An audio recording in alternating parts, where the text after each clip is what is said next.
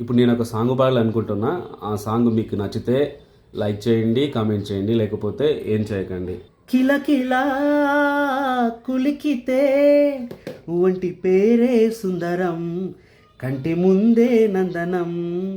చిలకలా పలికితే ఉండిపోదా సంబరం, గుండె కాదా మందిరం. జాబిల్లి జాబు రాసి నన్నే కోరే పరిచయం, పున్నగ పూలు పూసే వన్నే చిన్నే రసమయం.